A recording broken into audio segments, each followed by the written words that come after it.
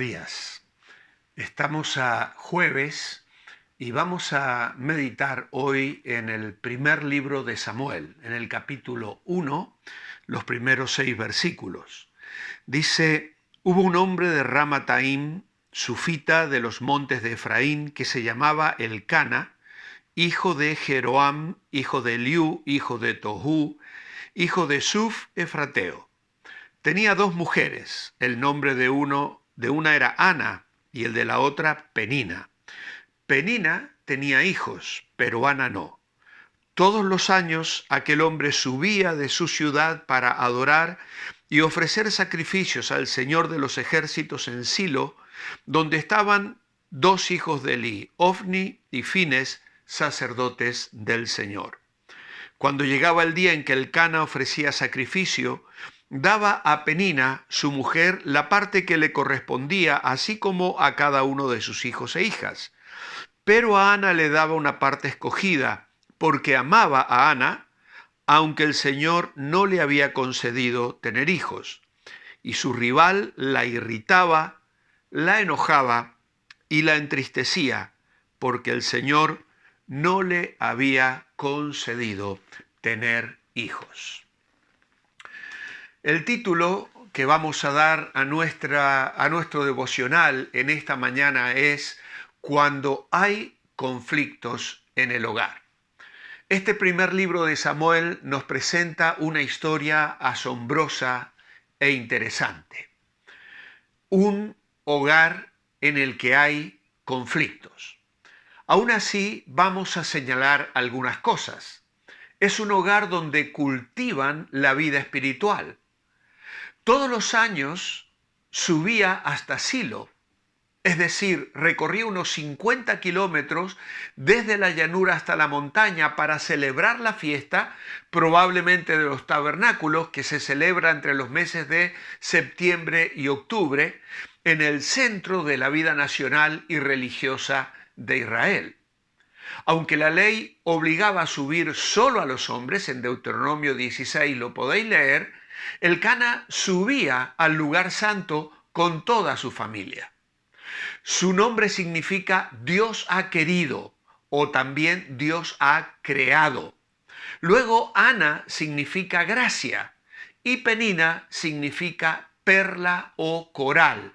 Hay quienes también la señalan como rubí, es decir, una piedra preciosa.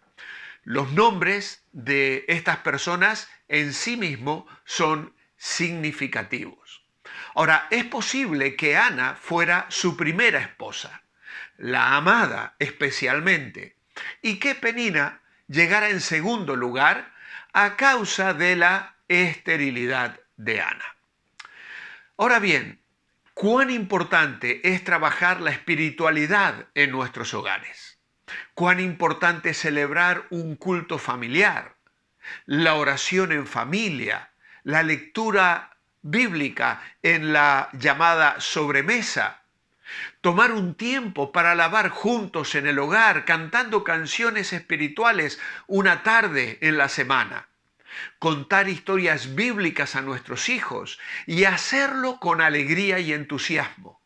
No como un castigo o una disciplina, sino como un momento de gozo y deleite para todos. Sabemos de personas que han sufrido el culto familiar.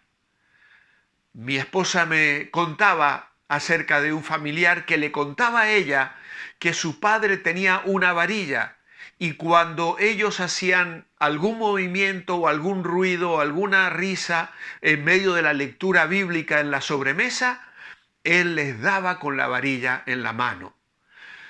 Qué triste transmitir ese mensaje de legalismo y no de gracia y de alegría, de un momento feliz, de disfrute en la presencia del Señor.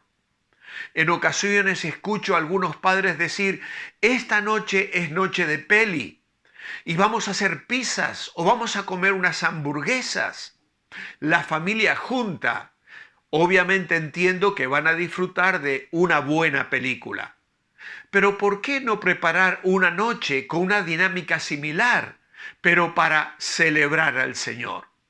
Cuán importante es que el hogar cultive la experiencia espiritual de sus integrantes.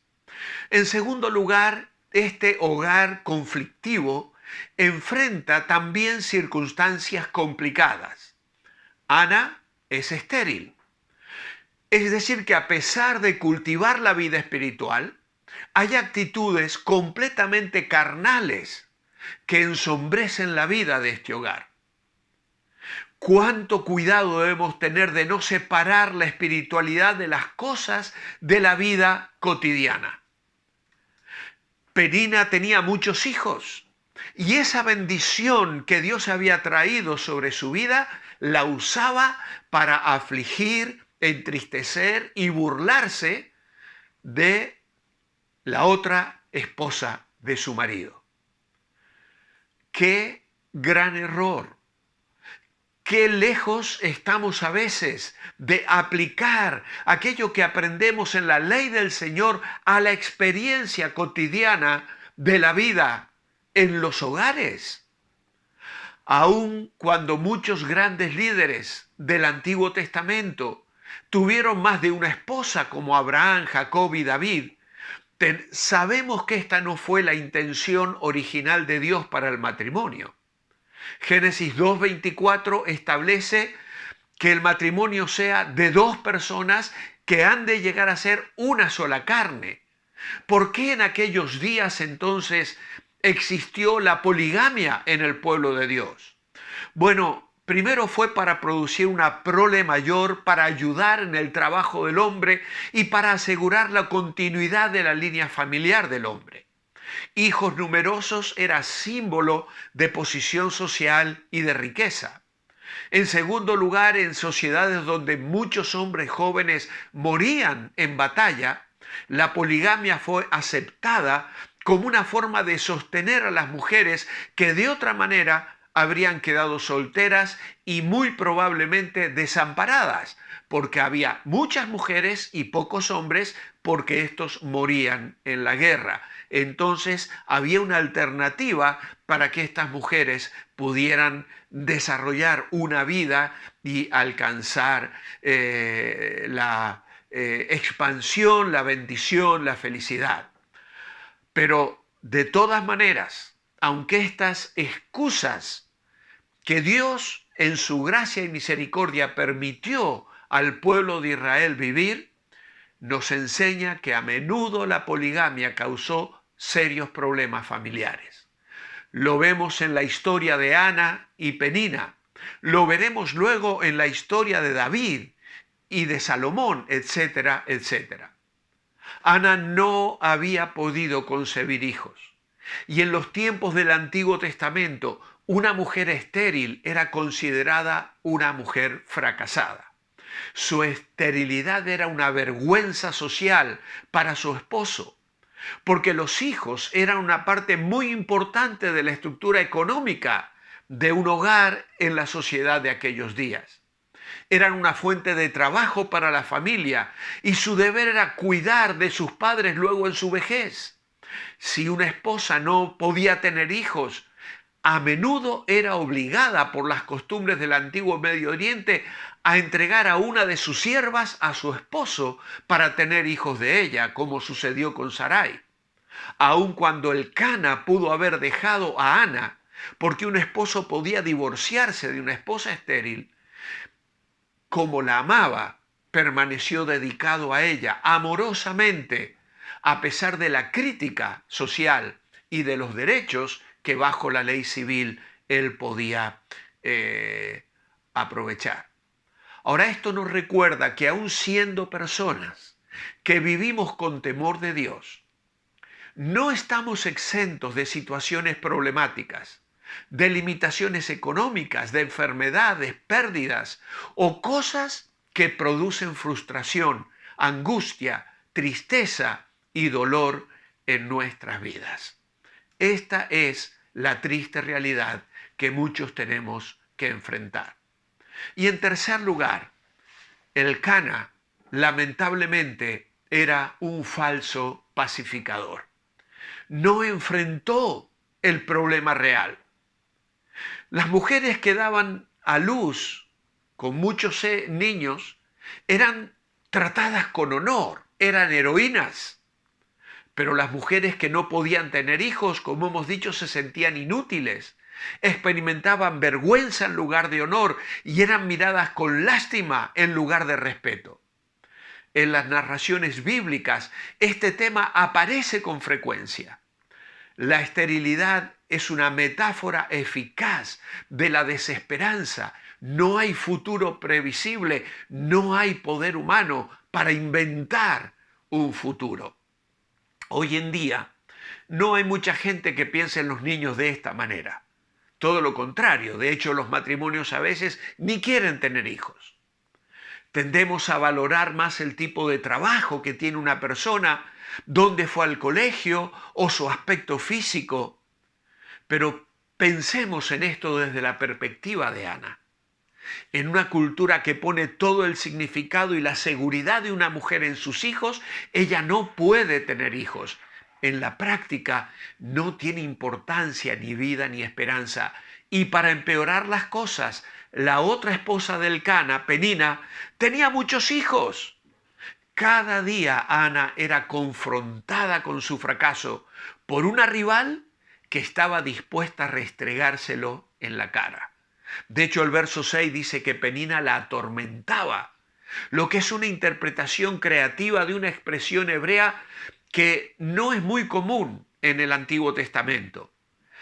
Nos dicen los expertos que esta palabra significa literalmente tronar o rugir como una tormenta. Es el tipo de palabra que se utilizaría para describir el hecho de estar atrapado en un huracán. Así se encontraba esta mujer. Vivía bajo una continua tormenta. Las emociones de Ana tronaban y rugían como un huracán, tanto por las burlas de su contrincante, como también por la sensación interna de frustración y de fracaso y la falta de respuesta a su constante oración. No había alivio para Ana a causa de su esterilidad. Ella estaba profundamente angustiada. Casi diríamos que vivía una constante depresión que la llevaba incluso a negarse a comer. ¿Y el Cana qué hace? Trata de ofrecerle una salvación romántica. Le expresa su amor y dice: mi amor debe llenar el vacío de tu alma. Era una solución romántica que no solucionaba el dolor de Ana. Además, él no hace absolutamente nada para frenar a Penina. ¿Es que acaso no era testigo de la forma en que Penina se burlaba de Ana y cómo le amargaba cada día? Sin embargo, le ofrece una solución romántica. Incluso hasta hay quienes sugieren sexual. ¿No te soy yo mejor que 10 hijos a ti? ¿No puedo satisfacer yo todas las necesidades de tu vida? Y esto es lo que nuestra cultura hoy pretende ofrecer. Adolescentes, jóvenes, niños, incluso hoy con el tema de la sensualidad y la libertad sexual que se proclama desde Hollywood, desde cada programa de televisión. Una cultura corrompida. Nos encontramos rodeados de peninas que nos dicen que nunca vamos a ser valiosos a menos que logremos ciertas cosas, que tengamos éxito en nuestra carrera, que ganemos mucho dinero o que alcancemos el éxito que el mundo espera de nosotros. Un hogar conflictivo. El tiempo me ha ganado ya. ¿Cuántas cosas hay para meditar aquí? ¿Cuántas cosas para que valoremos nuestros hogares y evitemos caer en los mismos errores?